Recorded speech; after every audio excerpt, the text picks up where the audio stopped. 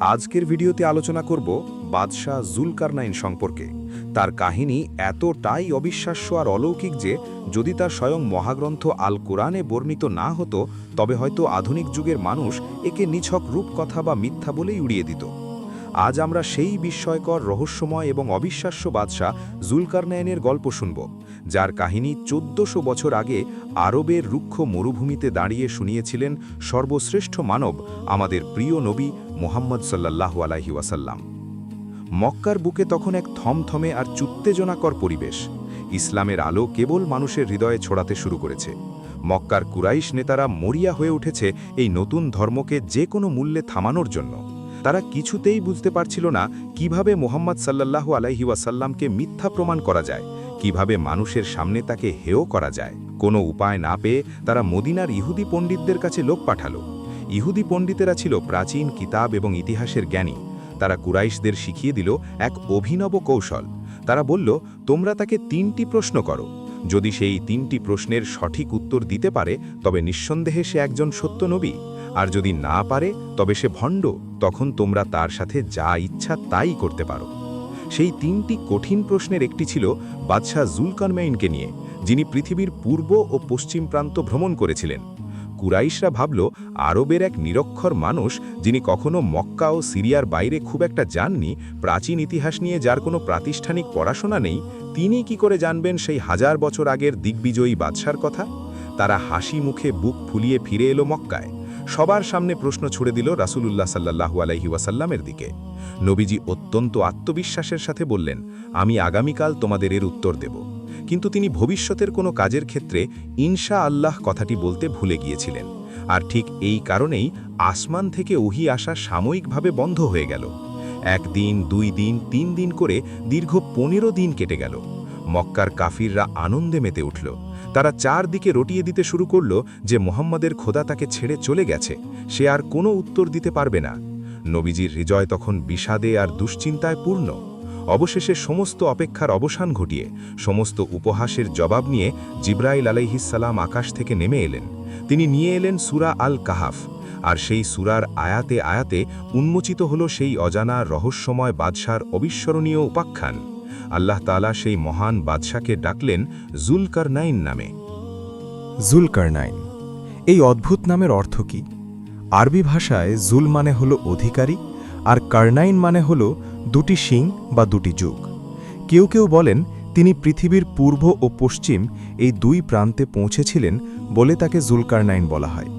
আবার কারো মতে তিনি তার সময়ে 2টি ভিন্ন যুগ বা প্রজন্মের ওপর রাজত্ব করেছিলেন।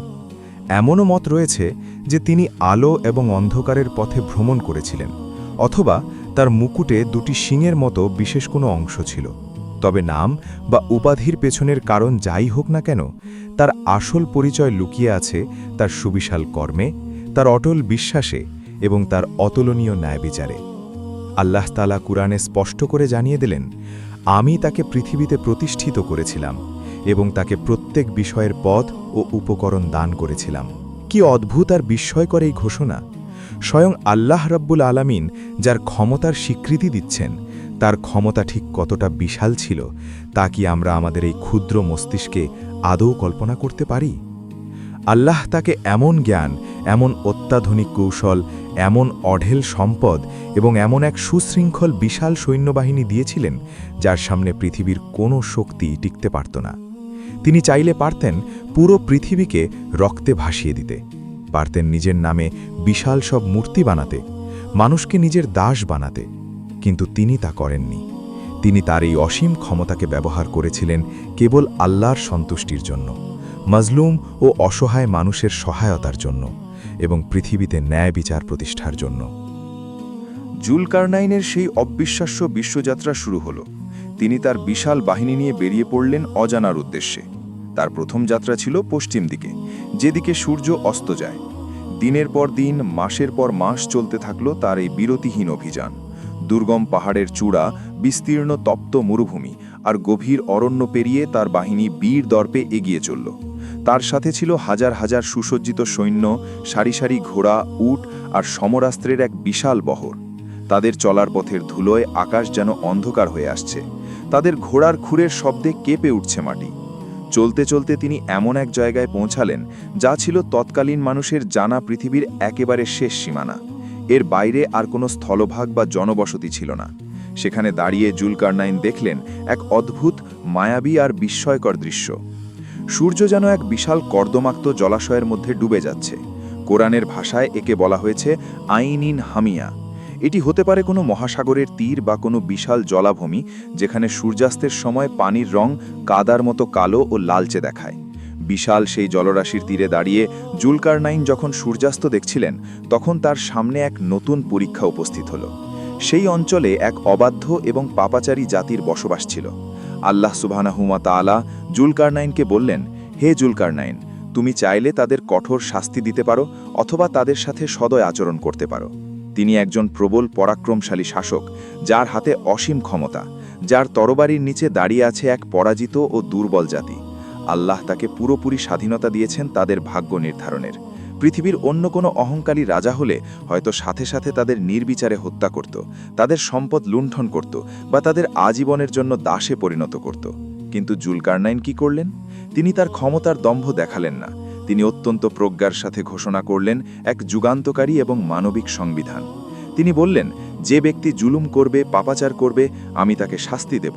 এরপর তাকে তার রবের কাছে ফিরিয়ে নেওয়া হবে এবং তিনি তাকে আখেরাতে আরও কঠিন শাস্তি দেবেন। কিন্তু যে ব্যক্তি ঈমান আনবে এবং সৎকর্ম করবে, তার জন্য রয়েছে উত্তম পুরস্কার, আর আমি তাকে আমার পক্ষ থেকে সহজ কাজের নির্দেশ দেব। কি অসাধারণ এক ন্যায় বিচারের দৃষ্টান্ত! তিনি অপরাধীদের বিনা শাস্তিতে ছেড়ে দিলেন না, আবার নিরপরাধীদের ওপর একটুও জুলুম করলেন না।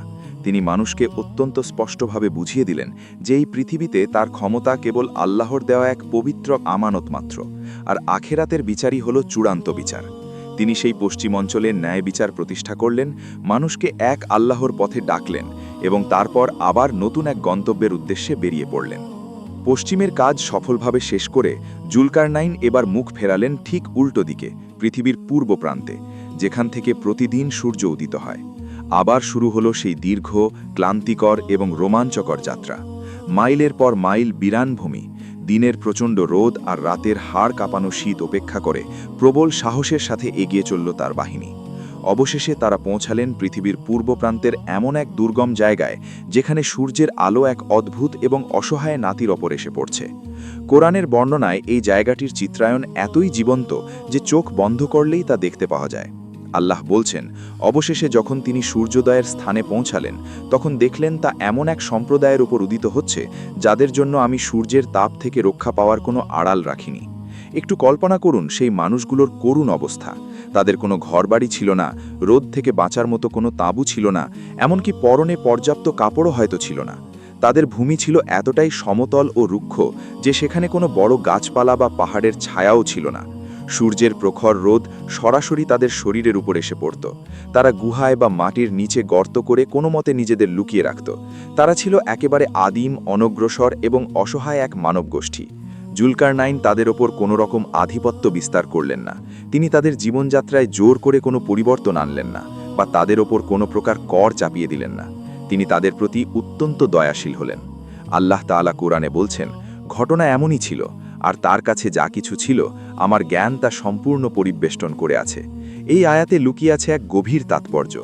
জুলকারনাইন এই অসহায় মানুষদের সাথে ঠিক কী আচরণ করেছিলেন তা আল্লাহ বিস্তারিত বলেননি, শুধু ইঙ্গিত দিয়েছেন যে তিনি যা করেছিলেন তা ছিল সম্পূর্ণ সঠিক, ন্যায়সঙ্গত এবং আল্লাহর সন্তুষ্টি অনুযায়ী।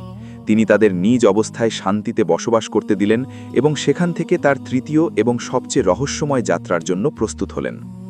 এবারের যাত্রাটি ছিল একেবারে ভিন্ন। তিনি পূর্ব বা পশ্চিম নয়, বরং এক অজানা, দুর্গম এবং রহস্যময় পথে অগ্রসর হলেন। চলতে চলতে তিনি এসে পৌঁছালেন দুটি বিশাল পাহাড় বা পর্বত প্রাচীরের মাঝখানে। জায়গাটি এতটাই দুর্গম আর ভীতিকর ছিল যে সাধারণ মানুষের পক্ষে সেখানে পৌঁছানো প্রায় অসম্ভব। এই দুটি বিশাল পাহাড়ের পাদদেশে তিনি এক অদ্ভুত সম্প্রদায়ের সন্ধান পেলেন। কুরআনের ভাষায় তারা এমন লোক ছিল যারা কোনো কথা বুঝতেই পারছিল না, অর্থাৎ তাদের ভাষা ছিল সম্পূর্ণ ভিন্ন।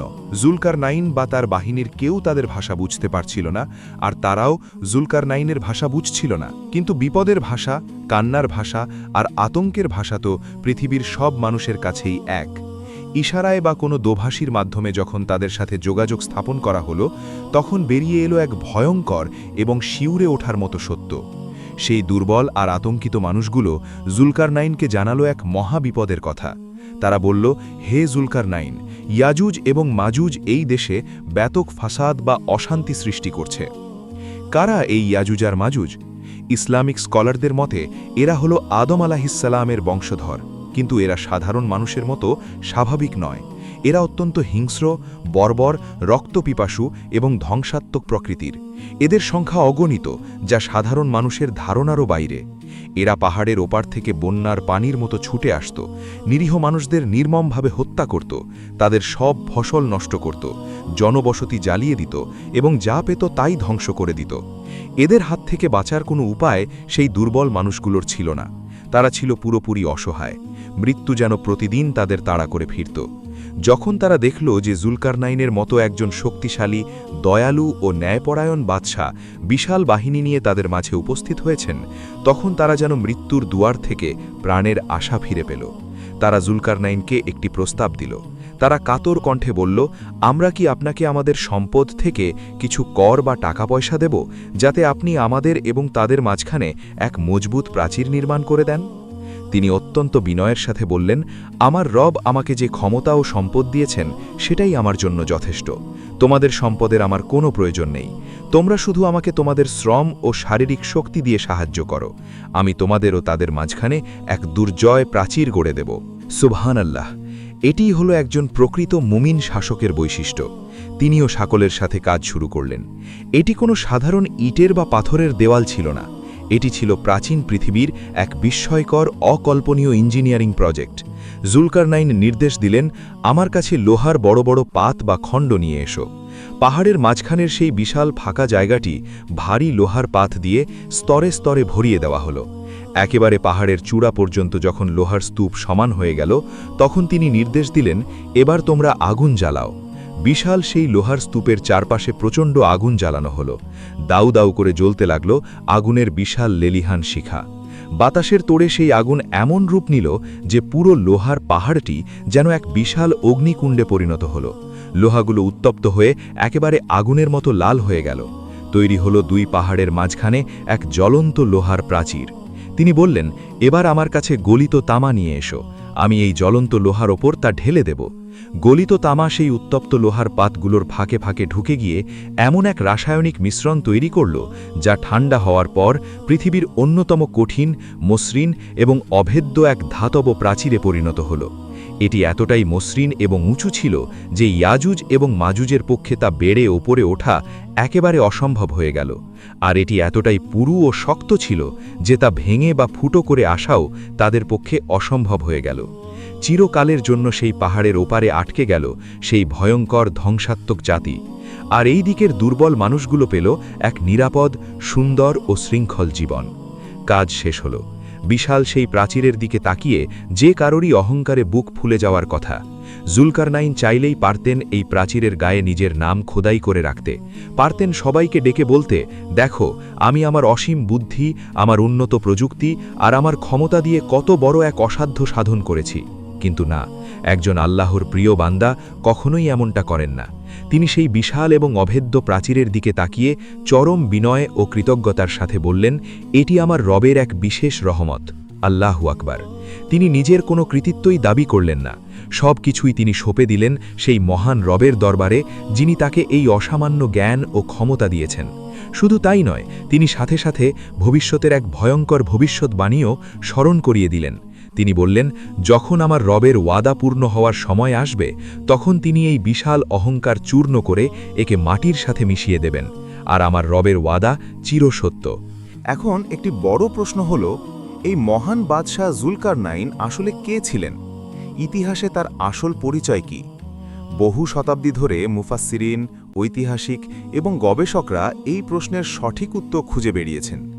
কেউ কেউ দাবি করেছেন যে তিনি হলেন ম্যাসেডোনিয়ার রাজা আলেকজান্ডার বা সিকান্দার, কারণ আলেকজান্ডারও পৃথিবীর এক বিশাল অংশ জয় করেছিলেন। কিন্তু একটু গভীরভাবে বিশ্লেষণ করলেই এই দাবির দুর্বলতা ধরা পড়ে। আলেকজান্ডার ছিলেন একজন বহু ঈশ্বরবাদী বা মূর্তিপূজক। তিনি নিজেকে দেবতা বলে দাবি করতেন। তার ব্যক্তিগত জীবন ছিল মদ্যপান, হত্যা আর বিলাসবহুলতায় পূর্ণ। অন্যদিকে কোরআনের জুলকারনাইন হলেন একজন একনিষ্ঠ মুমিন, যিনি অত্যন্ত বিনয়ী এবং এক আল্লাহর প্রতি গভীরভাবে সমর্পিত। তাই আলেকজান্ডারের সাথে জুলকারনাইনের তুলনা করাটা একেবারেই অযৌক্তিক এবং ভিত্তিহীন। আধুনিক যুগের অনেক গবেষক মনে করেন জুলকারনাইন হতে পারেন প্রাচীন পারস্যের সম্রাট সাইরাস, যাকে ইতিহাসে খোরেশ বলা হয়। সাইরাস অত্যন্ত ন্যায়পরায়ণ শাসক ছিলেন এবং তার সাম্রাজ্য পূর্ব থেকে পশ্চিম পর্যন্ত বিস্তৃত ছিল। তিনি ইহুদিদের ব্যাবিলনের বন্দিদশা থেকে মুক্ত করেছিলেন এবং জেরুজালেমে তাদের উপাসনালয় পুনর্নির্মাণের সুযোগ দিয়েছিলেন। সাইরাসের চরিত্রে জুলকারনাইনের অনেক বৈশিষ্ট্যের মিল পাওয়া যায়।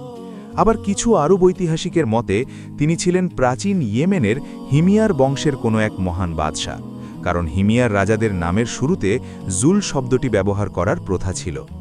তবে সত্যি কথা হলো, ইতিহাস হয়তো কোনোদিনও নিশ্চিত করে বলতে পারবে না জুলকারনাইনের আসল পরিচয়। আর একটু গভীরভাবে ভেবে দেখলে বুঝতে পারবেন এই পরিচয় না জানাটাই হয়তো আল্লাহর এক অপূর্ব হিকমত বা প্রজ্ঞা।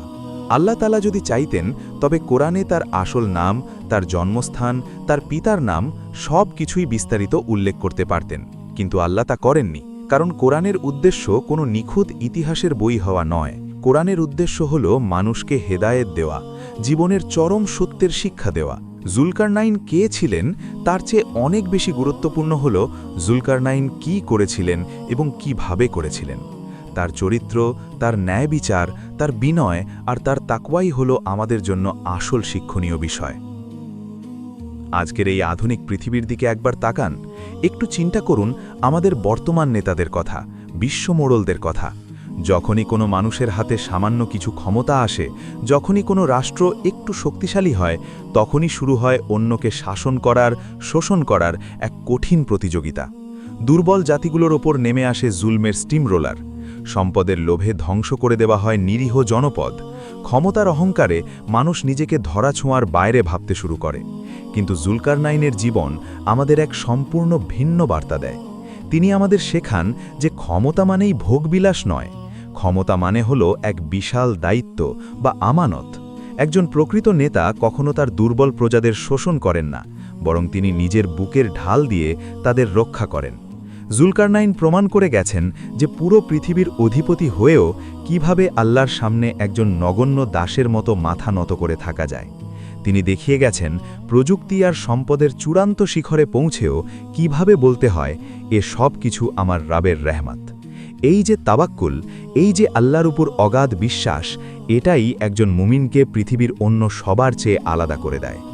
জুলকারনাইনের তৈরি করা প্রাচীর আজ কোথায় আছে? আধুনিক স্যাটেলাইট, জিপিএস আর প্রযুক্তির যুগেও কেন মানুষ সেই বিশাল প্রাচীর খুঁজে পায় না? এই প্রশ্নগুলো অনেকের মনেই ঘুরপাক খায়। এর উত্তর হল আল্লাহ সুবহানাহু ওয়া তাআলা তার অসীম কুদরতে সেই প্রাচীর এবং ইয়াজুজ মাজুজের বিশাল জনপদকে আমাদের চোখের আড়ালে রেখেছেন। আমাদের দৃষ্টিসীমা, আমাদের প্রযুক্তি একটা নির্দিষ্ট পর্যায় পর্যন্তই কাজ করে। গায়েবের জগতের ওপর আমাদের কোনো নিয়ন্ত্রণ নেই। কিন্তু সেই দিন খুব বেশি দূরে নয়। কিয়ামতের অন্যতম বড় আলামত হল ইয়াজুজ এবং মাজুজের আত্মপ্রকাশ। যখন ঈসা আলাইহিসসালাম পৃথিবীতে ফিরে আসবেন, দাজ্জালকে হত্যা করবেন, ঠিক সেই সময়েই ইয়াজুজ এবং মাজুজ সেই প্রাচীর ভেঙে বেরিয়ে আসবে। কোরআনের সূরা আম্বিয়াতে আল্লাহ তাআলা স্পষ্টভাবে বলেছেন, অবশেষে যখন ইয়াজুজ ও মাজুজকে মুক্ত করে দেওয়া হবে এবং তারা প্রত্যেক উঁচু ভূমি থেকে ছুটে আসবে, তারা পৃথিবীর সমস্ত নদীর পানি পান করে শুকিয়ে ফেলবে। তাদের অত্যাচারে আকাশ বাতাস ভারী হয়ে উঠবে। তখন ঈসা আলাইহিসসালামও তার সঙ্গীদের নিয়ে পাহাড়ে আশ্রয় নিতে বাধ্য হবেন। পরিস্থিতি এতটাই ভয়াবহ হবে যে মনে হবে বুঝি পুরো পৃথিবী আজ ধ্বংস হয়ে যাচ্ছে।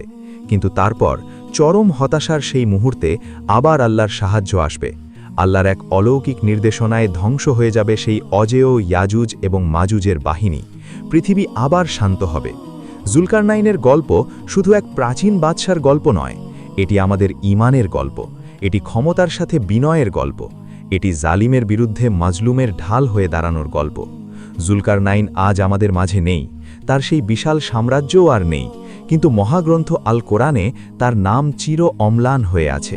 যতক্ষণ এই পৃথিবী কোরআন থাকবে ততক্ষণ মানুষ জুলকারনাইনের এই অবিশ্বাস্য কাহিনী পড়বে এবং অবাক হবে আর মনে মনে খুঁজবে এমন একজন নেতাকে যিনি আবারও এই পৃথিবীতে ন্যায় বিচার আর শান্তির সুবাতাস নিয়ে আসবেন। জীবনের এই দৌড়ঝাঁপে ক্ষমতার এই মোহমায়ায় যেন আমরা ভুলে না যাই আমাদের আসল গন্তব্য। আমরা যেন ভুলে না যাই সেই পরাক্রমশালী সত্তাকে, যিনি এক মুহূর্তে কাউকে পথের ভিখারি থেকে রাজসিংহাসনে বসাতে পারেন, আবার মুহূর্তের মাঝেই অহংকারী রাজাকে ধুলোয় মিশিয়ে দিতে পারেন। জুলকারনাইনের মতো আমাদেরও একদিন ফিরে যেতে হবে সেই মহান রবের কাছে। সেই দিন আমাদের সাথে কোনো ক্ষমতা, কোনো ব্যাংক ব্যালেন্স, কোনো সৈন্যবাহিনী, কোনো প্রাচীর থাকবে না। থাকবে শুধু আমাদের আমল আর আল্লাহর রহমত। আল্লাহ সুবহানাহু ওয়া তাআলা আমাদের সবাইকে জুলকারনাইনের এই কাহিনী থেকে শিক্ষা নেওয়ার তৌফিক দান করুন এবং অহংকার মুক্ত, বিনয়ী এক সুন্দর জীবন গড়ার সুযোগ দিন।